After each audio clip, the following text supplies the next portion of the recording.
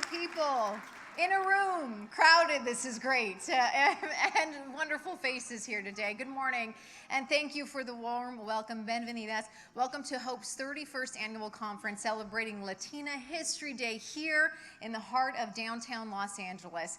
How exciting it is to be together in person during this beautiful Friday morning. It's Friday, Women's History Month. So a lot going on here today. I had the opportunity to MC this event. This was last year and it was virtual. So I'm very, very pleased to see all of your faces here, hear your applause in person today. And on behalf of Hope, we thank you for joining us and for choosing to invest in your unique genius. We also thank you for helping us host a safe event by going through Hope's COVID-19 measures at registration. I know it takes a little bit longer to get through, so thank you, everybody. And please continue to be mindful of our safety precautions for the duration of today's event. Masks must be worn at all times unless you're eating or drinking actively. And of course, practice good hand hygiene by washing or sanitizing your hands often.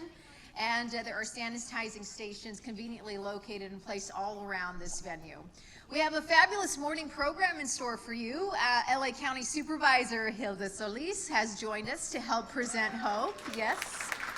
And Estee Lauder, that's Latina Future History Makers Award. They've been helping out, giving annually to 5 outstanding college students who are making a difference in their communities. And this is a super exciting time as well. Who has seen the amazing movie Encanto? I know we were out there just a little bit ago. I mean, it's beautiful, gorgeous film, the colors, the music, all of it just so lively. Well, I can't wait to moderate the keynote panel with the film's co-director and co-writer, Charise Castro and producer Yvett Merino, the Latina geniuses behind that magical movie. They're here today. I mean, we get asked lots of really good questions too, so very exciting.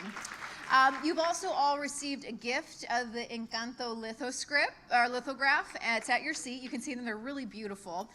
It was presented by the Walt Disney Company. I'm going to place that one in my office unless my son sees it, and then he might take it. And it'll be an incredible reminder of how beautiful the world is and how beautiful this movie is. We're very grateful to all the speakers and panelists who have joined us today, and we want to lift up all of the amazing things we are doing here on social media. So take out your phones. This is a great event. Make sure to hashtag Latina History Day or Latina Genius or LHD 2022, and also tag Hope at Hope Latina. So hopefully we get this to spread this all around, and it'll be a nice event. And then you can kind of go back and see how amazing this was for you, and here's the fun part. Next year you can look back on this year because the hashtag, so it'll be nice.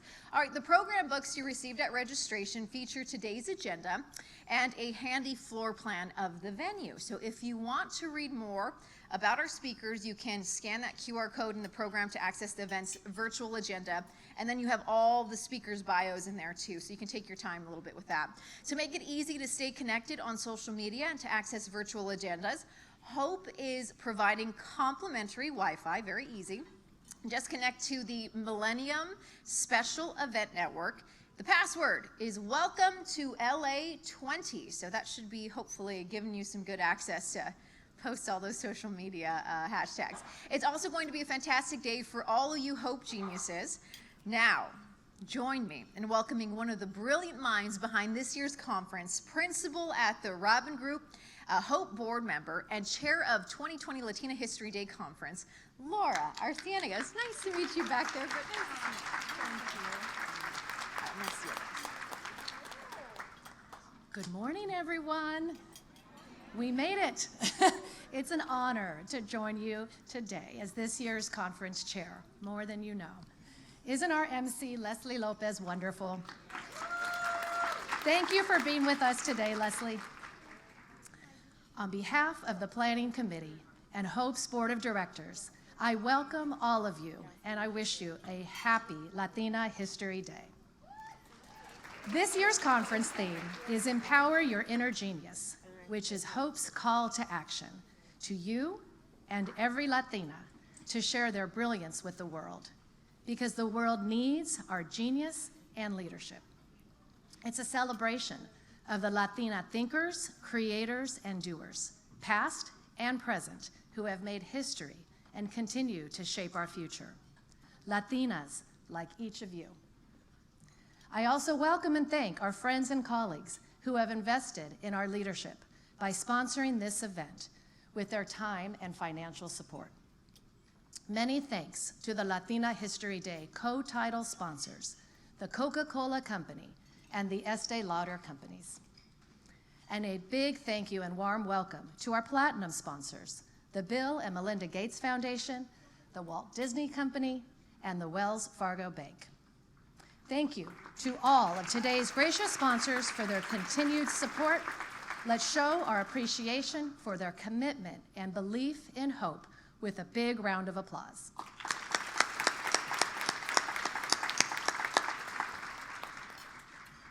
In addition to organizing spectacular conferences, Hope also trains Latina leaders of all ages to be advocates for their communities and to achieve their leadership goals.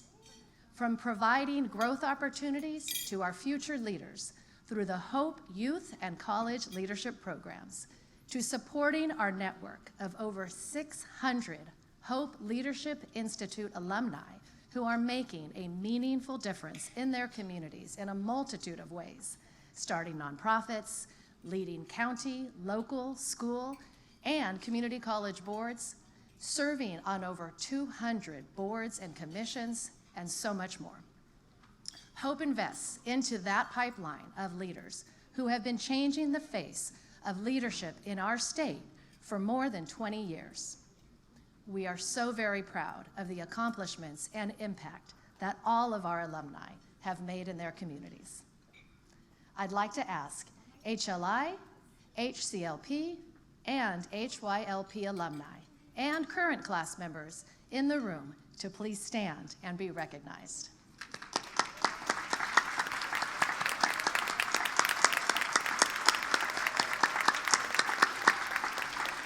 Bravo. And thank you for joining us today. You make us proud and you give us hope.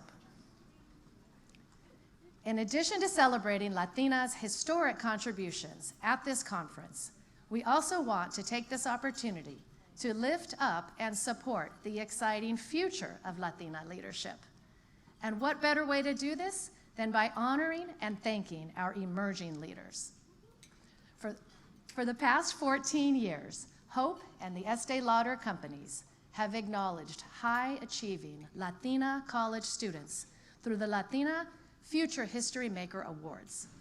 These young leaders are not only academically accomplished, they also stand out for their dedication to giving back to their communities. Here to help introduce this year's Future History Makers and tell us more about the award is a dedicated Latina executive who has led and marketed some of the most recognized brands in the world and ensured Latinas' voices are at the table. She is Vice President and General Manager of Smashbox and Glamglow North America with the Estee Lauder Companies, where she is responsible for accelerating and driving growth across these two brands. As a native Angelina, being at the helm of two brands that were born in LA is a real source of pride. Please give a warm welcome to Kimberly Villatoro. Thank you, Laura. I am thrilled to be here with you this morning and share a little bit about what the Future History Makers Award means for us here at the Estee Lauder Companies. As Laura said, for the past 14 years, we have partnered with Hope to recognize Latina college students who are making an impact in their communities. They are our next generation of Latina future history makers. Now, Mrs. Estee Lauder founded our company based on the principles of equality and women's advancement, really reimagining what was possible for women to achieve in their careers at that time. And today, at the Estee Lauder Companies, advancing women, both within our own organization and also around the world, continues to be one of the core principles and a main focus for our company. Now, as a company, we really believe that the gaps that are faced by women, particularly women of color, are to be closed. And I am proud to be here with you today, a first-generation Centroamericana in this country. For all of my Centroamericanas, El Salvador in the house, Salvadoreñas, and so very proud to be leading 2 brands for the Estee Lauder companies. And it is with great pleasure that we get to celebrate this next generation of young Latina leaders who are working in their communities, really inspiring change for all of us.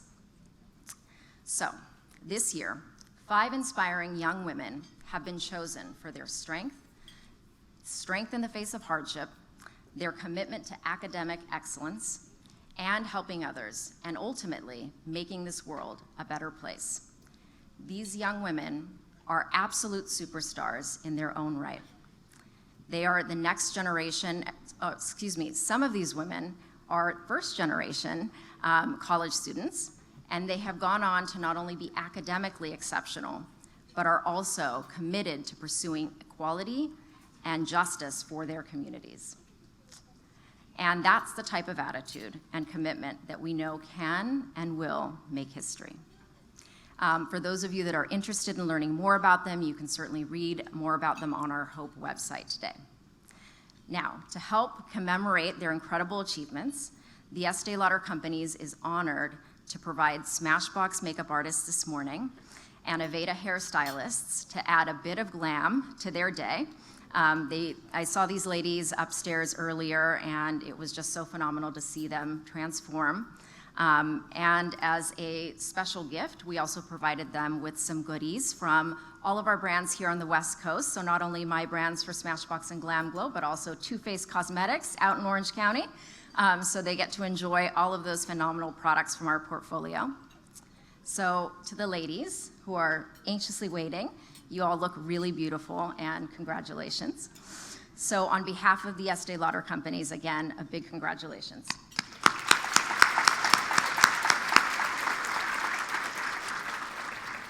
These young women give us hope for a bright future, and we are confident that they will also make history as so many Latinas before them. Now, to introduce our future Latina history makers, I am honored to invite a Latina leader to the stage who time and time again has made her story as the first Latina ever elected to the California State Senate, the first Latina to serve in the presidential cabinet, and the first Latina to serve as the United States Secretary of Labor for President Barack Obama.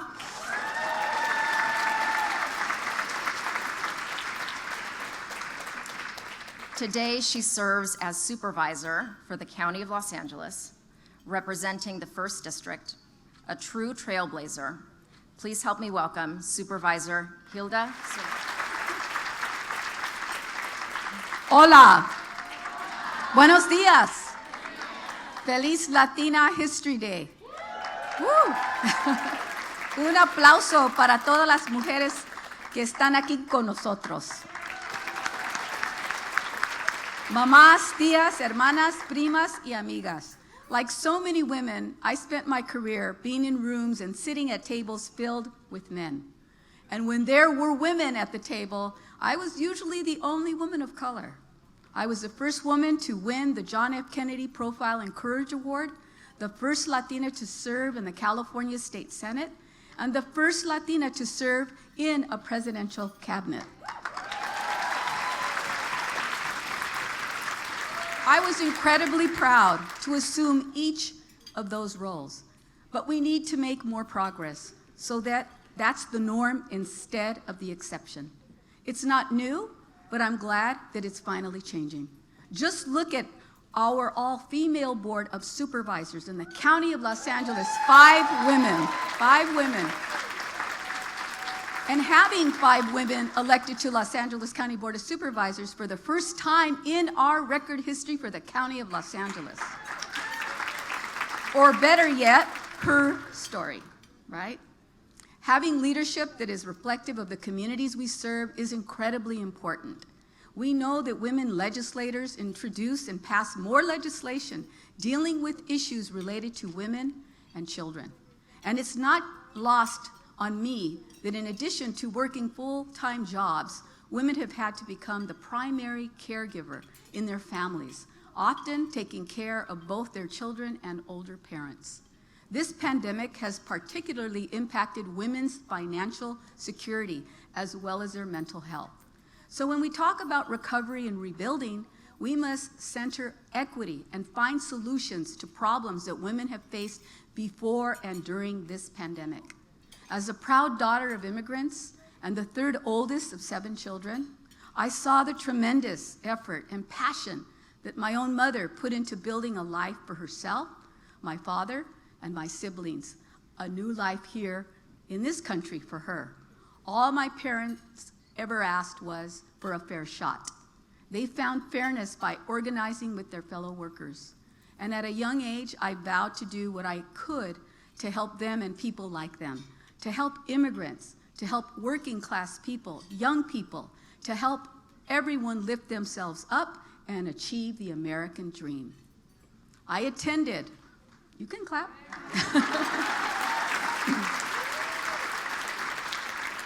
I attended a local public school, La Puente High School. While there, I noticed, however, at that time, I noticed that there was a lack of support for students who looked like me, who wanted to pursue higher education. In fact, I'm always reminded, a guidance counselor told my mother that I wasn't college material and suggested that I should become a secretary. However, another teacher encouraged me to attend college and to pursue financial aid opportunities. I went on to Cal Poly Pomona, Broncos, and I received a degree in political science and a minor in public administration. Then I went on to get my master's degree at USC in public administration. However, that college counselor, remember, who told me to become a secretary, turned out to be maybe half right. I would become secretary, the first United States Secretary of Labor for our nation.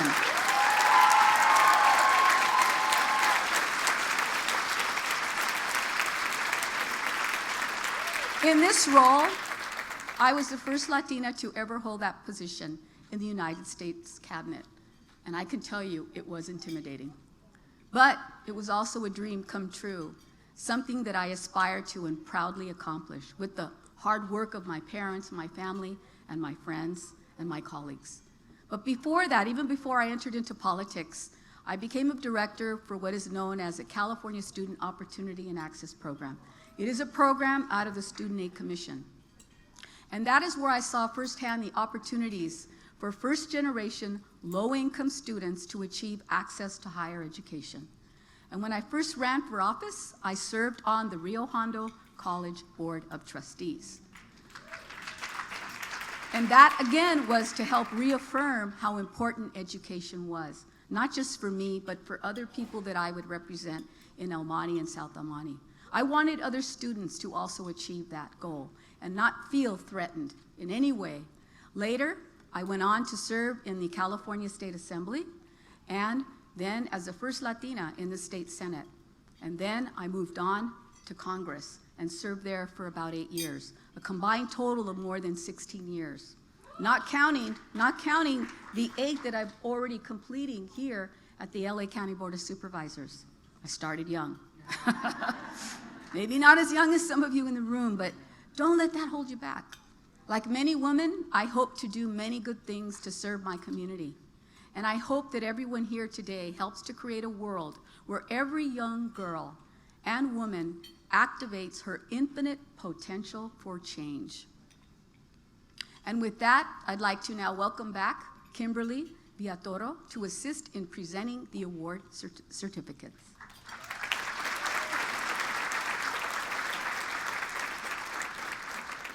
Friends and colleagues, join me in welcoming the 2022 Future History Makers to the stage. our future FBI agent from Chapman University, Lucia Isabel Alarcón.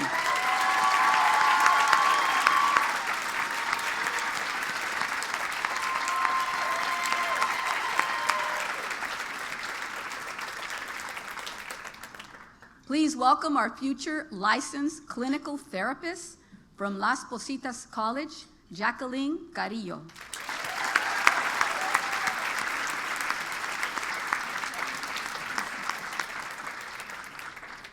And from the University of California, Los Angeles, our future Congresswoman, Brianna Fernandez.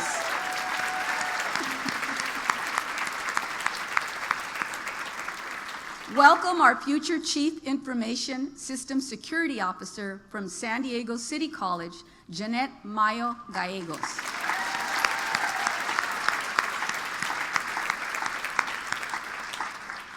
And from Menlo College, please welcome our future school board member, Diana Guardado.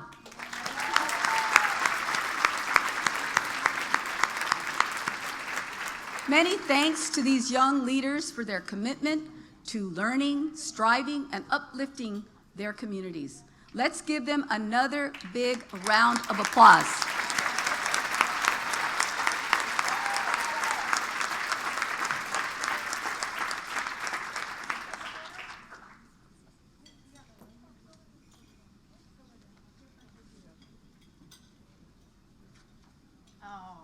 Look so beautiful.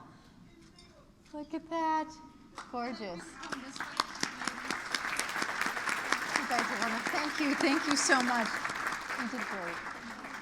Good job. Congratulations.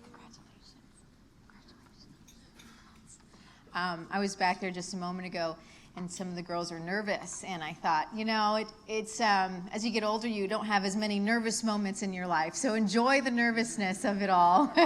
You're living right now. It's good. It's really good, and a huge congratulations. You really make all of us proud here this morning.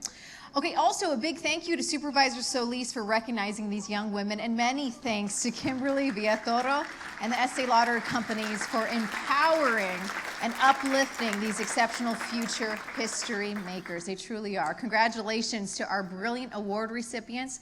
It truly is inspiring to see such a group of determined, hardworking young women making a difference at such a young age. And there they all are, those smiling faces. The future is brighter because of you, and we can't wait to see you make history as well. An inspiring morning here.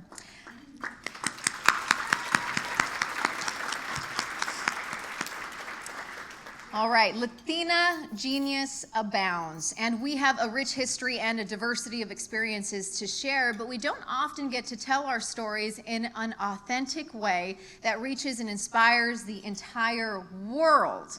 Our keynote speakers accomplished just that through Walt Disney Animation Studios' marvelous film, you've probably seen it, Encanto.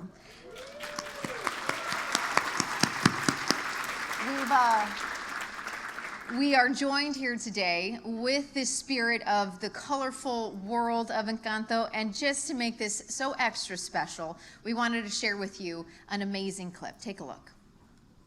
All right, please welcome the Latina genius behind Encanto, co-director and co-writer Charise Castro Smith, and producer Yvett Merino.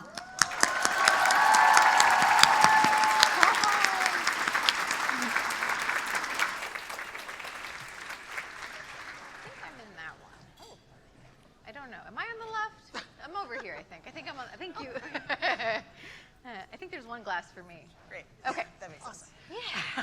All right. Okay, so we have an exciting portion of this morning, and this is a panel, and some of the questions here, have you seen them yet? Some of them? They're really thoughtful, and so I just want you guys to be prepared for some really great answers, I'm sure, because a lot of this has to do with family and a lot of heritage that sometimes doesn't get depicted, and so this will be fun to hear what your inspiration was. So let's start by having each of you tell us a little bit about yourselves and how you got into the film industry, because I'm sure there are a lot of aspiring film industry women here, and how you got to work on Encanto. Sure, I can start it off. So I was really interested in theater from a very young age. I loved plays. I did a lot of community theater. I'm from Miami. I grew up in Miami and Cuban American. And so I always just really loved theater. And I went to college and studied theater and went to the Yale School of Drama as an actor and studied that. And started writing plays, and writing plays led to TV writing. I wrote for a show called Devious Maids, and I wrote for a show called The Haunting of Hill House. And I was working on a TV show when Jared and Byron, the other two directors of the film, reached out and were looking for a writer to join them. And so I joined the film as a writer, and then luckily got to be a co-director as well. Wow, fantastic. And then what about you? Well, I have a little bit different path. I grew up here in Southern California in Norwalk.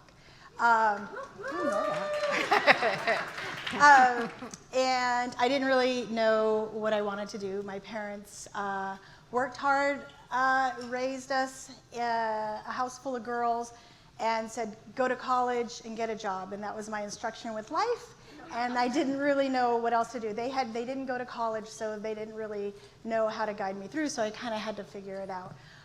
So I went to UC Santa Barbara. I got my undergrad. I know some of my girls are here. I went to UC Santa Barbara. I got my undergrad. I studied sociology. And I didn't know, again, I didn't really know what I wanted to do. I met one of my best friends there, and from day one, she knew she wanted to be a teacher, and all these years later, she's still teaching. I didn't have that. I didn't know, and I was just trying to figure it out. So after college, I worked in social work for a couple of years. It didn't really feel right for me, and so I started temping around, and I ended up with a long-term temp job at Disney Animation. I was fortunate enough to get hired on, and then I worked in the technology department. I was an assistant, and I got promoted to like an administrative manager. And again, I was happy working at the studio. We have an amazing studio with amazing people there, but I didn't really feel fulfilled. And I was like, oh, I guess this is work. My parents never really loved work, so this must be it. And so, but over time, I just wasn't challenged in my job, and I just wasn't enjoying it. So I got an opportunity to kind of switch jobs, and through that I met a producer who ended up being one of the producers on Tangled, and he said, I need somebody to manage my editing department. Why don't you come and try? I think you might be good at it. And that's how I got my start in production. And from there, within 6 months, I figured, oh my gosh, I found my people. I can use my organizational skills and that need that I have to kind of put everything in place and help people kind of accomplish. And I'm working with these amazing artists and creating this amazing artwork. And so that's really kind of how I got my start in production. And then I went on and worked on a bunch of different shows. And most recently, I was working in our development department, and Byron and Jared, as Charise mentioned, were starting at very, very beginning early on Encanto. And I knew they were doing a film based somewhere in Latin America, so I'd pop in their office. I said, hey guys, what are you doing? What's going on? Because I knew I really had to be on the show. So it just worked out that I ended up being one of the producers. How long ago was that? How long does it take from an idea to having So this the directors have kind of started, they worked together on Zootopia, and they kind of started talking towards the end of Zootopia that they wanted to do a musical. I worked with Jared Bush on Moana, and then such a good movie too. As they kind of became free from those shows, they started working on it. So they worked on it for about 5.5 years. I was on it for about 3.5. Amazing. And then now it's here. And now it's here. How great is that to see the final product? And then the reaction too is incredible. It's amazing the way people are connecting with the film. Yeah. Well, let's talk about that. It's such a beautiful celebration of Colombian heritage, but also Hispanic family heritage. Yeah. You know, many of us see our own backgrounds and families reflected in the film. My mom's Peruvian. I grew up with a Peruvian household, and everything's like very similar. What was the inspiration for the film, and what was the genesis, and why Colombia specifically? You would take it? Go ahead. Sure. So Byron and Jared, as I said, they had worked together on Zootopia, and Jared had the opportunity to work with Lin-Manuel Miranda on Moana, and they formed a great relationship. And so they knew they wanted to work together again, and they wanted to do a musical. Both Byron and Jared love musicals, and so they started talking, and Lin-Manuel felt really strong he wanted to do something based in Latin America.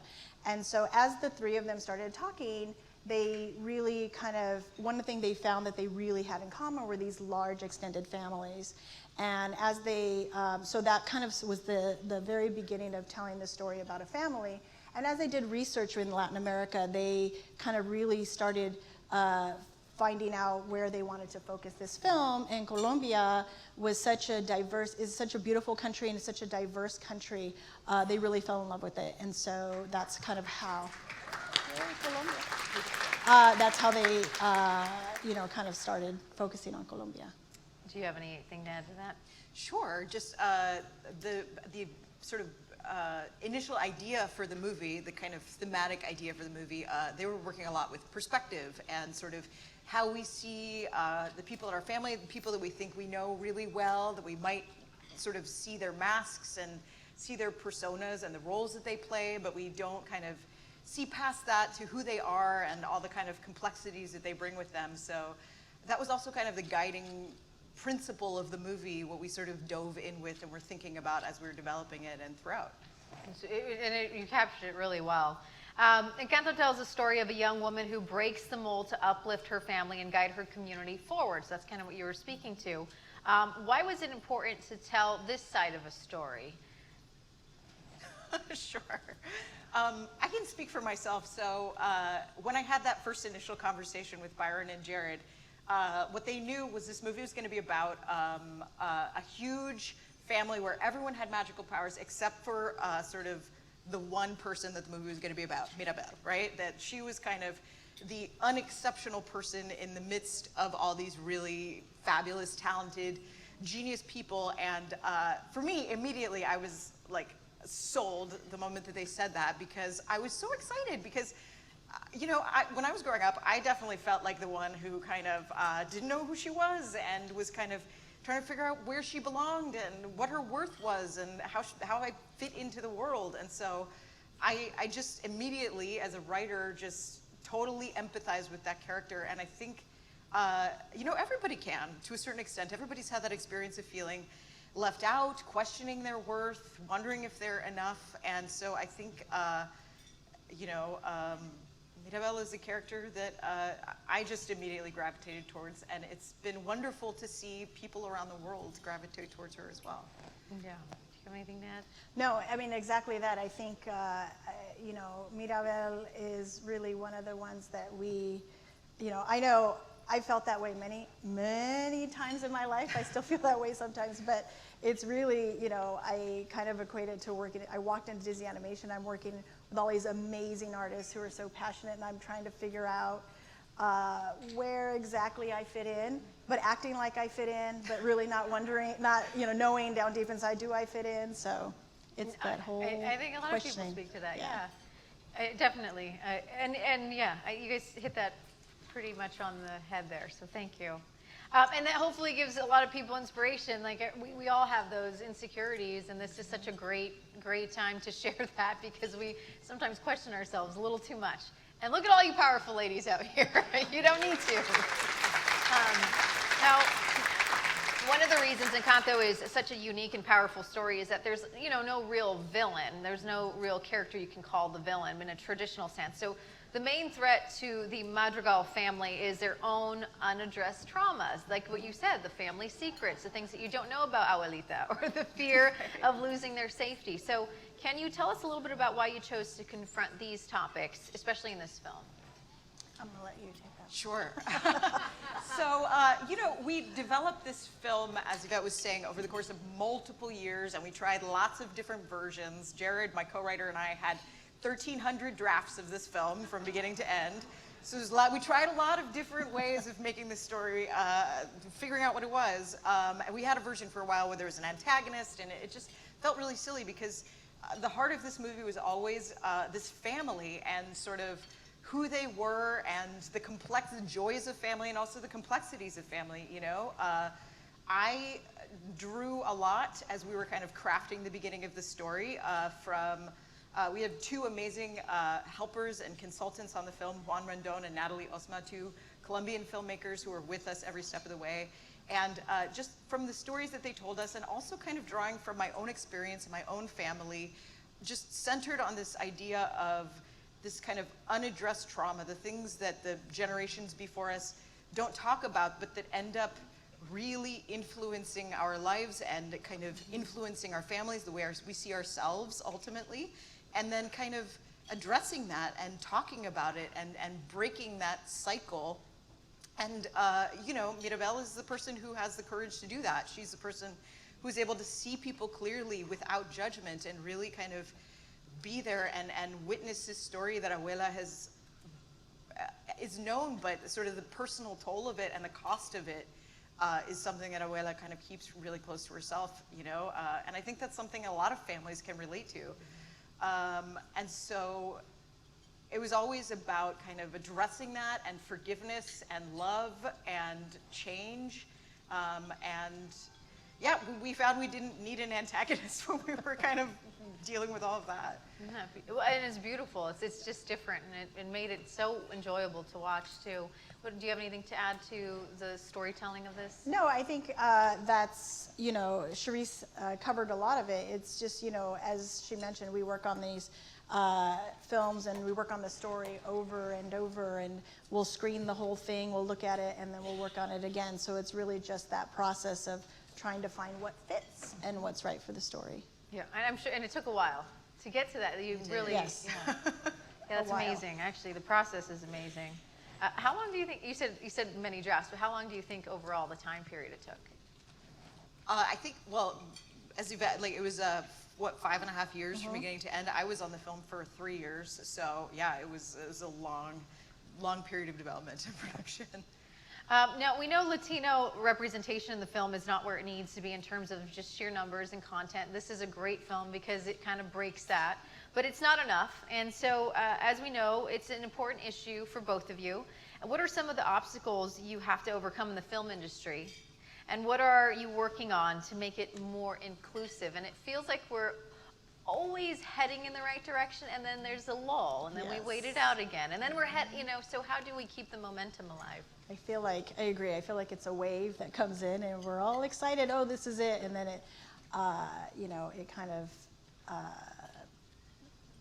levels out for a little bit. But, I think for me, a lot of it was that I didn't know these jobs existed when I was a kid.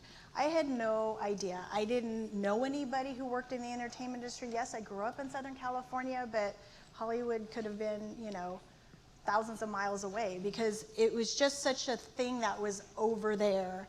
And so I think one of the obstacles in one of the barriers of entry is just really letting people know that these jobs exist. And I, like I said, Disney animation, yes. People ask, oh, you work at Disney, are you an artist? Are you an animator? No, I'm not. I like to organize, that's my thing. So, but I have found my path and my way there. And there are, Disney has, human resources. We have legal, we have marketing, we have all different kinds, but I never knew that it was even possible. So I think that's one of the big ones. And then, the important thing is, and what I know we work hard at, is when people start, it's including them and making sure that they're okay. Because I know when I walked in those doors, I was like, I don't know what I'm doing here. And I'm just gonna keep quiet and just do what they tell me, and maybe they'll let me stay.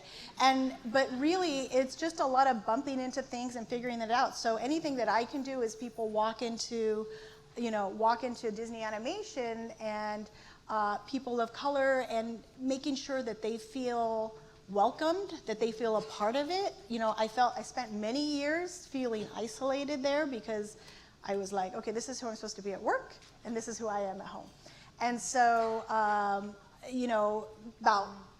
been at Disney for like 25 years, but it wasn't until around like maybe 6 or 7 years ago, I was a part of a group that started Voces at Disney, which is the first Studio's Latino and Hispanic Employee Resource Group. And in that moment, I made so many connections. And so really, I learned how important it is to build your community. And so it's really about allowing people, letting people know that the roles are out there, but also making them feel welcome when they get in the door. That's great. That's wonderful. What about for you? Sure. I mean, as Yvette was saying, I think it's about empowering people and sort of holding people's hands as they're starting in the new industry. But I also think it's about, I'm really inspired by Yvette, but also by a lot of leaders in the entertainment industry. I'm looking at like Tania Saracho, Gloria Calderon-Keller, these people who are really building these entertainment empires and hiring people, and really, especially Tania has a whole lab where she is like identifying new upcoming writers and helping them sort of get their first job. So I think it's about sort of opening the door. Once you kind of get to a certain place where you can hire people and bring people with you, it's about holding your hand out and kind of bringing people along for the ride. Yeah, and that's important. And I guess this is why we're here today. It's a networking thing. So if there's anybody, or I'm sure if anybody's kids are out there thinking about this, you guys would be a wonderful resource. Shoot an email. Yes. Yes. Ask questions. That's the big Ask one. I was questions. always so scared to ask questions. Yes. Or just reach out to people. But oftentimes people want to help. There's so many people that want to help. true. And that's amazing. So just rely on each other. I got my first job in television I got because I was really inspired by Tania. She was a playwright that I knew who had gotten a job on television. I was like, let me just take a chance and like ask her out for coffee. She doesn't know who I am, and she did. She said yes, and we talked, and she ended up giving my script to the producers of the show, and that's how I got my first job. So I think it is really about like these personal connections and helping people out. Yeah, and just having the courage to ask a question. I know it sounds silly, but it's like the first entry to so many things. Okay, so Encanto has been nominated, if you haven't heard, for 3 Oscars. It's incredible, yeah.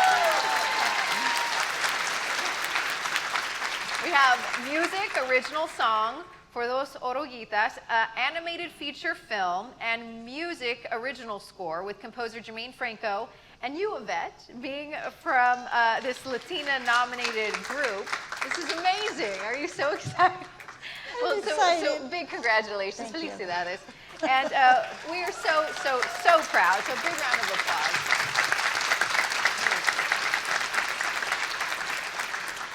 So, what would it mean if you were on that stage and accepted the award for the animated feature film? Yeah. Sorry, that's a lot of pressure. Yeah. Really, it's about, I'm one of the lucky ones that gets to stand in front and kind of represent the crew and the film. There are hundreds of people, amazing, talented people who work on this film, and so I'm one of the fortunate ones that gets to go up there if we're so lucky. But really, I think it's what it means to, to the community and young girls everywhere to be able to see someone who looks like them up on the stage. I never saw that. I didn't have that, so I didn't even dare to dream that, I think. And so really, my hope is that if we're fortunate, there's a lot of knocking on wood talking about it, but it's really about showing people that it's possible, and that it's for any little girl out there watching, who's watching or looking at it and sees that, hey, there's somebody that didn't come with any connections in Hollywood, didn't come with knowing anyone, that it's completely possible. It's a lot of work, but it's possible. Yeah, it is possible. That's good.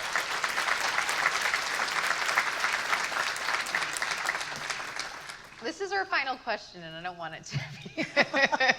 All right, so what message do you want to share with the Latinas in this room about the road to embracing their genius?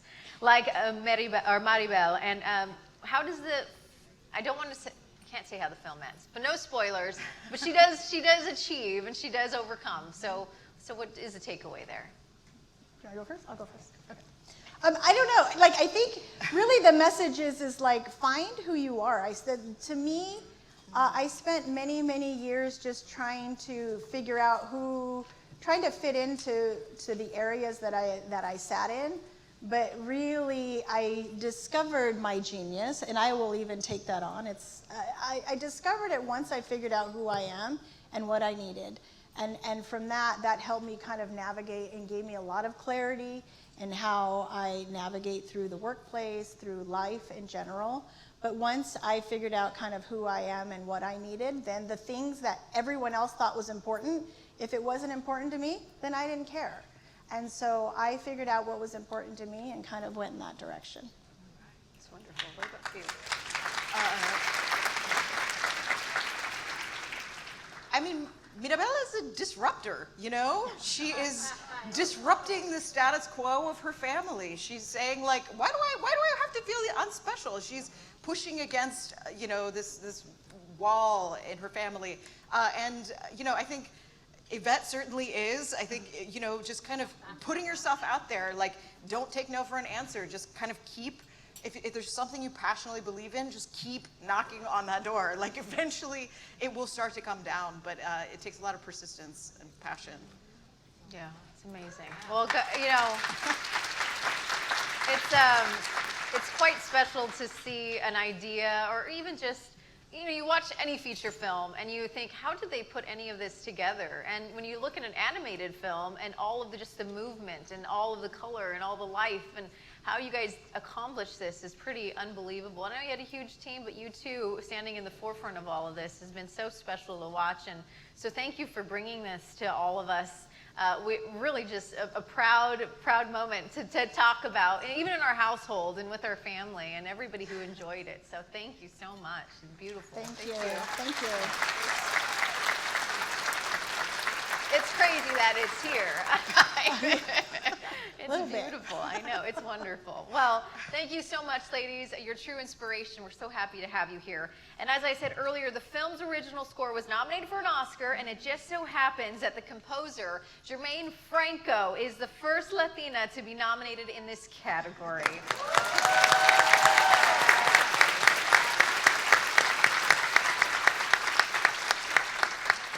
Part of the film's just power was its music. It's a powerful medium and the central part of the film.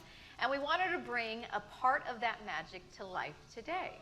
So to celebrate you and all of you countless young Latinas who have inspired and been inspired through Encanto, Hope has a special gift for you. This is a gift of music. Performing the Oscar-nominated song from the film Dos Oruguitas, please welcome Jasmine, Lopez, and Jorge Cardenas. And we invite all of you to join us to sing along, especially if you know the song. So we're going to let them set up. Isn't that great?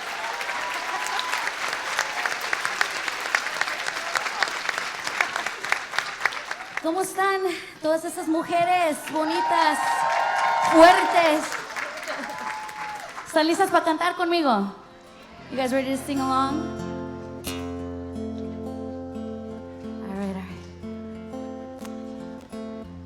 Dos oruguitas pasan sus noches enamoradas y madrugadas llenas de hambre, siguen andando y navegando un mundo que cambia y sigue cambiando, navegando un mundo que cambia y sigue cambiando. Dos oruguitas paran el viento mientras se abrazan con sentimiento. Siguen creciendo, no saben cuándo buscar algún rincón. El tiempo sigue cambiando, inseparable son. El tiempo sigue cambiando. A ver, todos con las manos así. Ay, oruguitas, no se aguanten más. Hay que crecer, aparte y volver. Hacia adelante seguirás. Vienen milagros, vienen crisálidas. Hay que partir y construir su propio futuro. Ay, oruguitas, no se aguanten más. Hay que crecer, aparte y volver. Hacia adelante seguirás. Vienen milagros,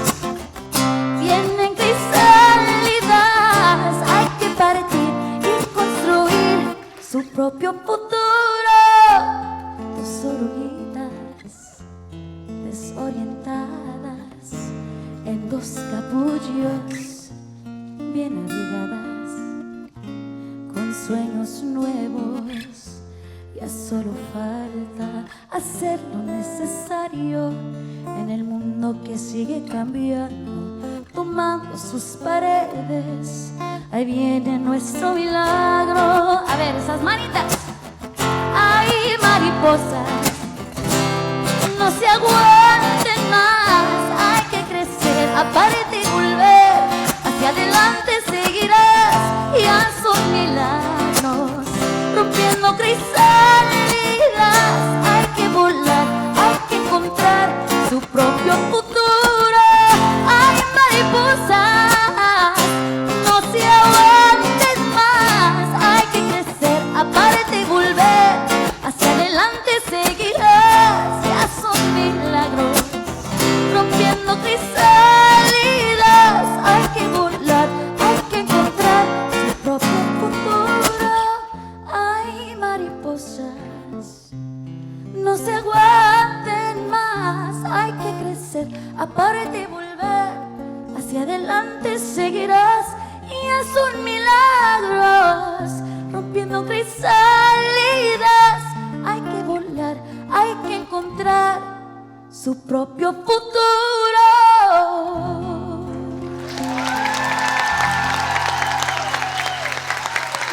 Muchas gracias. ¡Que vivan las mujeres!